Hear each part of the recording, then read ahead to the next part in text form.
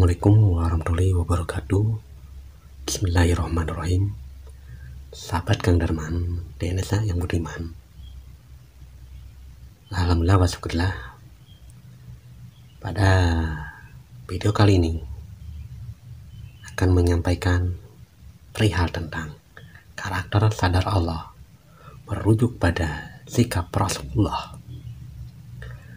Manusia yang sadar Allah adalah manusia yang mempunyai karakter atau sifat-sifat kenabian, yaitu sifat nabi yang mempunyai ciri sebagai manusia yang ideal secara spiritual, individual, juga menjadi pelopor perubahan, membimbing masyarakat ke arah perbaikan dan melakukan perjuangan tanpa henti melawan penindasan sesuai firman Allah Subhanahu wa taala dalam Al-Qur'an. Surat Al-Ahzab ayat 21. Bismillahirrahmanirrahim. Sesungguhnya telah ada pada diri Rasulullah itu suri teladan yang baik bagimu, yaitu bagi orang-orang yang mengharap rahmat Allah dan kedatangan hari kiamat, dan dia banyak menyebut Allah. Ya. Salah satu sikap atau karakter Rasulullah seperti sidik atau jujur. Jujur adalah sikap menyatakan sesuatu sesuai dengan fakta pada diri Rasulullah SAW. Bukan hanya perkataannya yang benar, malah perbuatannya juga benar, yakni sejalan dengan ucapannya. Jadi mustahil bagi Rasulullah SAW itu bersifat pembohong, penipu, dan sebagainya. Sesuai dengan Al-Quran surat An-Najm ayat 3. Dan tiadalah yang diucapkannya itu Al-Quran menurut kemauan hawa nafsunya. Dan di Quran surat An-Najm ayat keempat,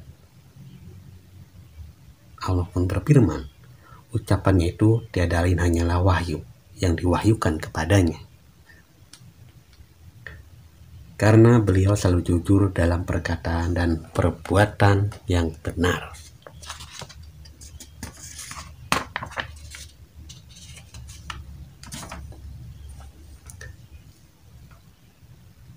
Orang tua sebagai suri tauladan bagi anak-anaknya juga harus mendidik anak-anaknya selalu bersikap jujur dalam perilaku kesehariannya. Oleh karena kejujuran harus ditanamkan sejak masih dini atau masih anak-anak.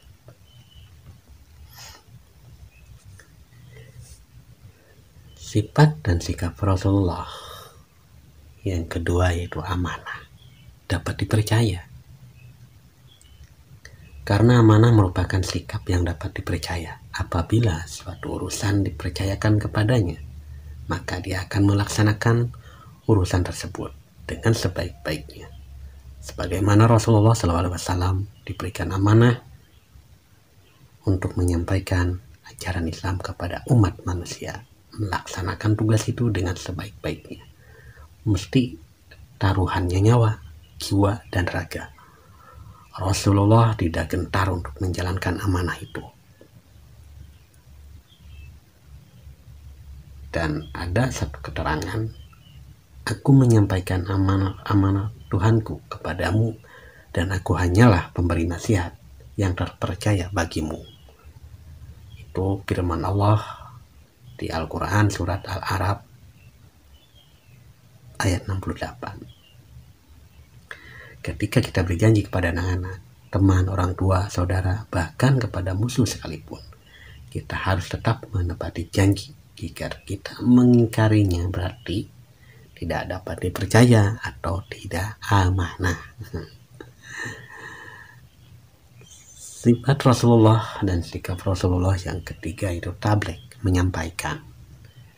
Sifat tabligh yang artinya menyampaikan yaitu sifat wajib Nabi menyampaikan seluruh ajaran yang diterima dari Allah Subhanahu wa Ta'ala yang berupa wahyu kepada umat manusia agar menjadi pedoman hidup.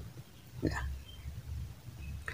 Sesuai firman Allah di Quran surat An-Jin ayat 28 yang berbunyi, supaya dia mengetahui bahwa sesungguhnya Rasul-Rasul itu telah menyampaikan risalah-risalah Tuhannya, sedang ilmunya meliputi apa yang ada pada mereka, dan dia menghitung segala sesuatu satu persatu. Ya. Jadi Rasulullah SAW menyampaikan seluruh ajaran yang diterimanya dari Allah Subhanahu wa Ta'ala, bahkan sampai yang hal terkecil pun, sehingga umat manusia mempunyai pedoman dalam kehidupannya. Kewajibannya dan menerapkan salah satu sikap Rasulullah, yaitu menyampaikan amanah yang ia dapat kepada orang yang berhak menerima dan tidak satupun tidak sampai kepada alamatnya. Itulah sikap amanah. Sifat dan sikap Rasulullah yang keempat adalah patona, yaitu cerdas atau bijaksana.